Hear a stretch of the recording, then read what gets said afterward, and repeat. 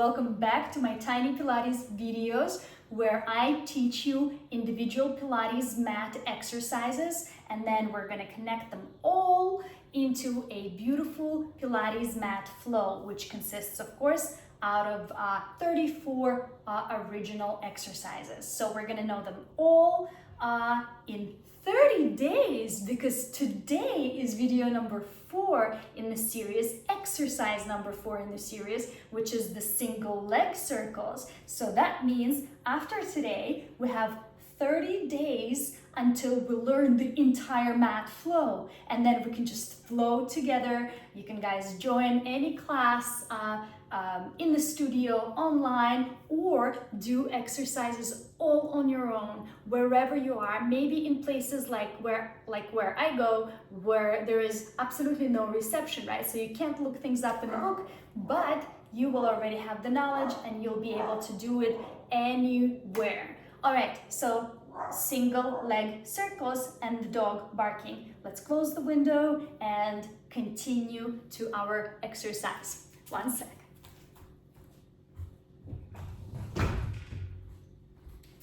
All right, so the very first thing is, if you have not learned the first 3 exercises yet, please go ahead and do that first. I have the videos on YouTube. There are 2 parts for the 100. There are 2 parts for the roll up. There is 1 rollover video that is available now, and now this is going to be the single leg circles. And let's talk a little bit about the structure of the class. First, we're going to always go over what it is that we're learning, try to recap what happened before. Then we will always do the exercises up to the point of the new exercise. When the new exercise is happening, I ask you to please don't do it, just watch, and then hop in and join in, and we'll do it together. And always, always, always check in with your healthcare provider, practitioner, your physical therapist to see, is it healthy to do this type of exercise for you? Because we all have very unique bodies, and the slightest difference in our body might change how this exercise will affect us. So take the time, get to know your body, see what it can or cannot do, and then join me and let's enjoy this experience together. Let's make sure everything is happening to our benefit and not to our detriment, right? So let's talk a little bit about the first 3 exercises. We have the 100, which we're gonna do now together. And the 100, what does it do? Who can tell me, what does the 100 exercise do? It warms up the body. It warms up the body for the rest of the flow. And because you're breathing, right? You're pumping your blood through the body. It warms up, it gets oxygenated, and then we move into the roll-up. What does the roll-up exercise do? The roll-up articulates the spine and connects your spine to the center of your body, right? You're also, what else is important in the roll-up? I say that would be the articulation of the spine, the strengthening of the spine is happening in the roll-up, and of course the connecting of the upper body and the lower body to the center, trying not to move your lower body as your upper body goes up and down, articulating through the spine. What does the rollover do? It articulates the spine again, right? It really gets in there. So if the roll up was more of like a strengthening, this is more of a lengthening, I would say, right? Because you have all this passive stretching that is happening under the weight of the legs, under the weight of the gravity, and it is a beautiful exercise also for the stretching of the hamstring. And because your hamstring is stretching so well, it's actually really good for your iliotibial band, if you think of it, right? The outside of your thigh. And since you're getting all this incredible stretch in your IT band, in your hamstrings as the legs are rolling down. You are preparing your legs for the next exercise, which is the single leg circles. The hardest part in the beginning for everyone in the single leg circles is to keep the legs straight. So that's what you're going to focus on, but don't. Keep your leg as crooked as you want it to, as it can be. Push it for it to be straight, but keep it as is for now and focus on connecting the leg, the extended leg, to your powerhouse and move from the center to circle the leg in the hip socket. For all I care, your leg can even be bent at a 90-degree angle behind the knee, and that'll be fine with me if that's what works for you. Try to control your hips so they don't move, but let's talk about it while we do it. First though, let's do all the rest of the exercises that we already know how to do, which are the 100, the roll up, and the roll over, right? So let's gracefully lower ourselves onto the mat. Let's keep the arms by the sides. Bring our legs into a tabletop position. Bring the arms up as we inhale. Exhale, lift the chest into the 100. Extend your right leg straight, shifting the weight gracefully, one leg at a time. Engage the abdominals by pulling the navel to the spine. Close the front of the rib cage and begin to pump the arms with your shoulders away from the ears. And we're using the sniffing breath. Breathing in, 2, 3, 4, 5. Breathing out, 2, 3, 4, 5. Breathing in, breathing out. Breathing in, breathing out. And let's continue going for another 70 counts. Please go ahead and count while I take a quick check of our bodies. Are you lifted to the tip of your shoulder blade? Make sure that you're lifted to the tip of it and that the shoulders are away from your ears, that the front of your rib cage is nice and tight, that you're closing the ribs through the front, zipping them up like a corset, and that your abdominal muscles are pulling inwards and upwards, keeping your spine in a neutral position on the mat. Breathing in, 2, 3, 4, 5. Breathing out, 2, 3, 4, 5. And if you don't like your legs in parallel, you can always turn them out, and that will alleviate any tension in the quad, in the front of the leg. And then let's pull the knees into the chest and lower everything all the way down. Place both feet onto the ground. Extend the legs all the way straight. Open the arms to the side, and let's release the tension in the core.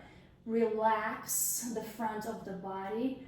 Open through the rib cage if we want to do so, and allow the breath to come into the belly. Exhale it fully out. Let's hang out here for just a moment to give adequate rest and a period of relaxation to the body.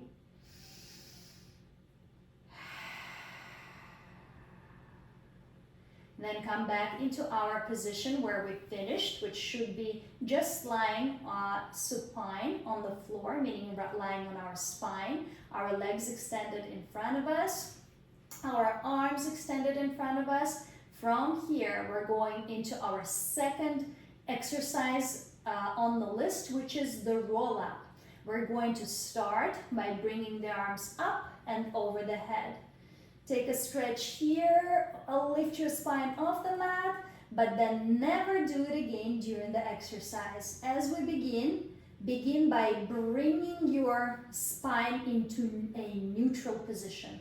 Pull your belly button inwards and upwards, close the ribs through the front.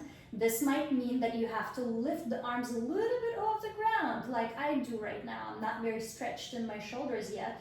So as I connect to my inner unit, the arms naturally come off the floor a little bit. So the most important thing is that Everything comes from your powerhouse muscles, from your center here. So even if your arms are lifting off the floor, that's fine with me. Take a deep inhale here. Engage the core, close the ribs, lift the arms as you exhale, and then let's continue lifting our chest as if we're lifting for our 100, our C shape, our C curve here. And then as much as you can, try to keep your shoulders down and pull yourself with the strength of your belly. And continue to reach forward with the spine in a C curve position. Reaching past the toes, feeling the stretch in the spine, and then sliding the shoulders back. In my version, we sit nice and tall. Here, in the traditional Pilates roll up, you will never have a straight spine, but I teach it like this. Just intuitively, I love the way it feels on my body. And then we tuck and peel back down, one vertebra at a time, pressing the legs into the mat, trying to have our lower body glued to the mat, anchored to the mat, anchored to the ground as our upper body moves. Lift, pull, round forward, bring the shoulders back, restack the spine, sit nice and tall, squeeze your buttocks, tuck the tail, scoop the belly button as if you're trying to reach it all the way to the spine. And this will help you with articulation of your lower back and stabilization of your lower body. When your core is engaged, it's going to be much easier not to move the legs. Arms go up and over the head. Engage the core unit. Bring the arms up. Nod the chin, lift the chest. Slowly peel back up. We're going to use less and less shoulders as we progress, as our core gets stronger. Rise up into seated tall, shoulders away from the ears. Tuck the tailbone, squeeze the seat, peel back down. Let's do it very, very slowly this time. One vertebra at a time. I can feel myself getting stronger already, and I've only done the exercises that I did for these videos. Before this, I didn't work out for quite a while, for over a year. And only 3 times I did the 100, the roll up and the roll over, and look, already using less of my shoulder muscles to lift myself up and relying more strongly on my core to fulfill this movement for me. And we're moving into the roll over. Please, if you can't do it, sit this one out or do just regular bridging. And palms face down. We're gonna frame the arms around our body. We're gonna bring the legs together. You can spin them away from the thigh, turn them out slightly, and then connect the inner thighs together. Now, the abdominals, of course, are pulling in and up, but here I really want you to focus on the pelvic floor and on your gluteus muscles. Everything squeezes and works together with the center to lift the legs up and over the head. All right, for those of you who know what you're doing and you're ready, you know that your core is strong enough to start from supine position with the legs extended on the floor, then let's go together. All right, let's take a deep breath in. Bring the legs up and over the head, parallel to the mat. Open the legs hip distance apart. Check in with your shoulders, make sure the shoulders are down.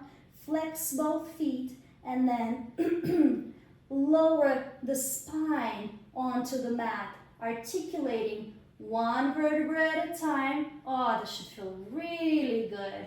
And then bring the legs together. Point the toes. Reach the legs down a little and then bring them back up and over the head, parallel to the floor and the ground. Check in with your shoulders, open, flex, peel down through the spine. This should feel fantastic. If it doesn't, don't do it. Keep flexing the feet, pushing your heels away from you. This is an excellent stretch for the next exercise too.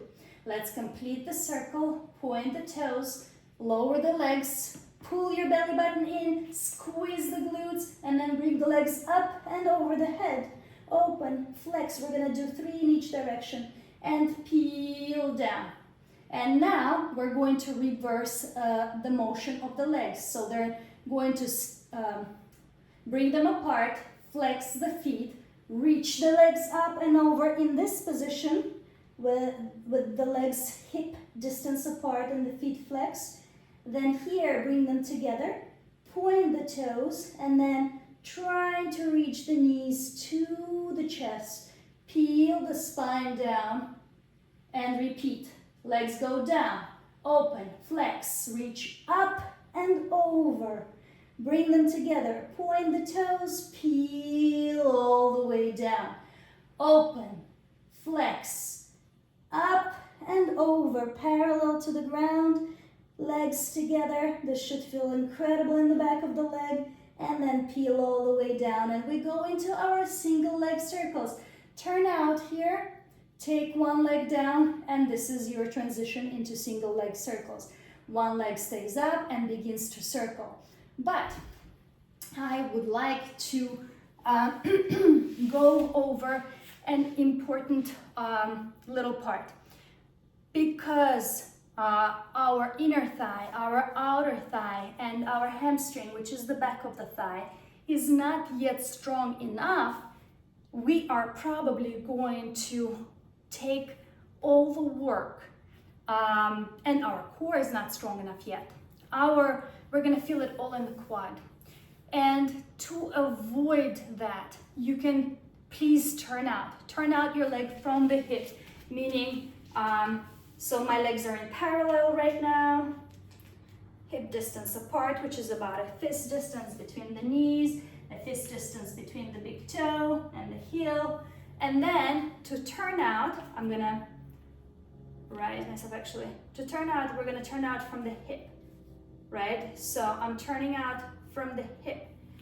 I'm spinning my femur, my thigh bone in the hip socket, and that's why the toe turns out, okay? So let's make sure we do that to bring the work more into the inner thigh and to take it away from the quad. This exercise was my demise. I overworked my quads so much before I stopped working out that I was in such an incredible amount of pain. I could not continue.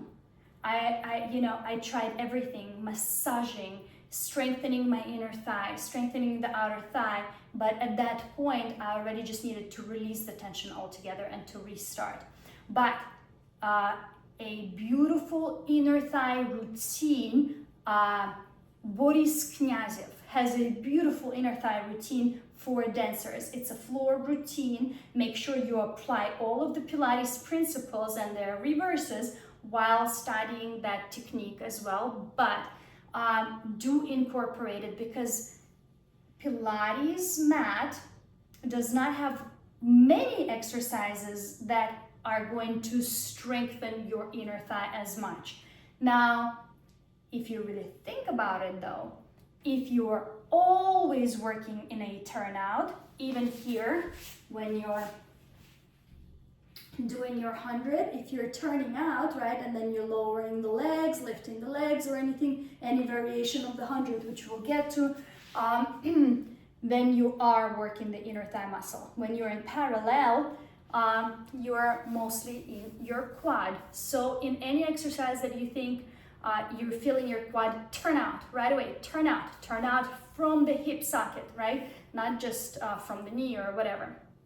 And that should help a lot. and then try to incorporate inner thigh exercises for strengthening the inner thigh so that immediately inner thighs are engaging and working equally together with the outer thigh and with the front of the thigh and the back of the thigh muscles, and they're all like one big happy family performing the leg circle for you. But in the beginning, for me, I'm gonna keep my knee bent a little bit.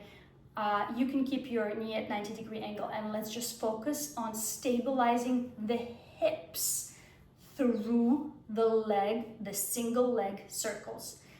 Stabilizing the hips. How do we stabilize the hips? By connecting to our powerhouse. So we're connecting a very long, heavy limb that is probably not balancedly developed right now, meaning that only the quad is very strong and everything else is on the weaker side. Now we need to connect it to the core. So it's not going to be that simple, right? But if we do it repetitively and we bring our awareness to the things that need to be done for the successful movement, it's going to happen fairly soon. You just watch. All right, so our single leg circles. Usually, so we came from legs over the head from our roll up, and we flex one foot, reach it down to the ground, allow it to anchor us, and then immediately let's turn out from the hip, the leg that stays at 90, which it's okay if it's a little bit lower. Try to have it at 90. It's turned out immediately. Try to always think of it, even if your knee is bent, that you want your the inside of your knee reaching towards the sky, not the outside of your knee, right? So always turned out, always kind of like spinning your leg, spinning your thigh bone outward like this. And then let's go into our circles. Engage your abdominals, engage your powerhouse, press into the leg that's on the floor, and then we always go across the body first. So we're gonna go across, down, around, and up. Across, down, around. We'll do 5 reps. And up. Keep turning out. Across, down, around, and up. Keep your right hip on the floor. Both hips are on the floor. And circle and up. And up. And pull the knee into the chest to stretch the quad a little bit, to massage everything. Okay, you might feel or hear some popping in your hip. It might be okay or might not be. I'm not a doctor, so you go ahead and check in with yours. You might just need to adjust the position and the popping will stop. What else? You might have a little control and and then you might lift the hip, and surprisingly, going all the way down is the original version, or one of the versions that Joe was teaching, and I love that version. But first, let's do the one with both hips glued to the ground and the front of the hips, your ASIS, anterior superior iliac spine, these 2 bones, hip bones. Let's have them face towards the sky, absolutely parallel throughout. So all the movement comes from the leg, and the thigh stays, the hip stays stabilized. Let's do it again. Go across, down, around. Maybe you want to make it a tiny circle to have more stability. See where you are. Across, down, around, up. Across, down, around, up. Let's pull the knee into the chest and relax a little bit. All right, so we're going to do 5 circles in one direction and 5 circles with the single leg in the opposite direction. We always start by going across the body first. Why? Just in general, this is a universal way, because imagine yourself in a crowded studio doing a Pilates Flow class, and everybody's starting in different directions. You might find yourself, with somebody's foot in your face. So we have agreed to all start going inwards first. So when we're in the group setting, it works out best. So just do it. All right, another thing. Can you have your knee bent at a tabletop position? Absolutely. This feels actually very nice right now. I would still turn out my thigh bone inside my hip socket and then perform like this stirring action with the thigh bone inside the hip, making sure that the hips are stabilized and they're not walking around as I perform this stirring action. And what's stabilizing my hips? My powerhouse, which is my transverse abdominis, my pelvic floor, my diaphragm, and my multifidi muscles in the back. All right, let's do the circles in the opposite direction with the first leg that you have started with, which might be your right, might be your left. For me, it's my right. So we're gonna move in the opposite direction now. Lift your leg up, root yourself down to the ground through the core and through the leg that is extended, and then open the leg to the side, go down around and lift up. Open the leg to the side, I'm gonna bend my knee, go down around, lift up. Open, swipe, point. Open, swipe, point. Open, swipe, point. Did we do 5? Did we do 4? Let's do one more just in case. And then pull the legs into the chest. And let's do a bunch of circles here with the thigh. So allow the thigh bone to just be completely full and relaxed here. As you grab the top of your knee, as you hold on to the top of your knee, I don't like the word grab, with the palm of your hand, and then you stir the hip socket with the thigh bone. But now it's not your powerhouse that's doing the movement, it's not your thigh muscles that are doing the movement, it is now simply your hand doing all the thing, relaxing everything there. Very important to pay just as much attention on relaxation and stretching after each exercise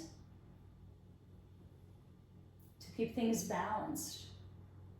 All right, let's go to our second leg. So the first leg will stretch right in front of you. You're gonna flex through the heel. If anybody doesn't remember flex and point, so point is this, flex is pushing through the heel with the toes reaching towards you.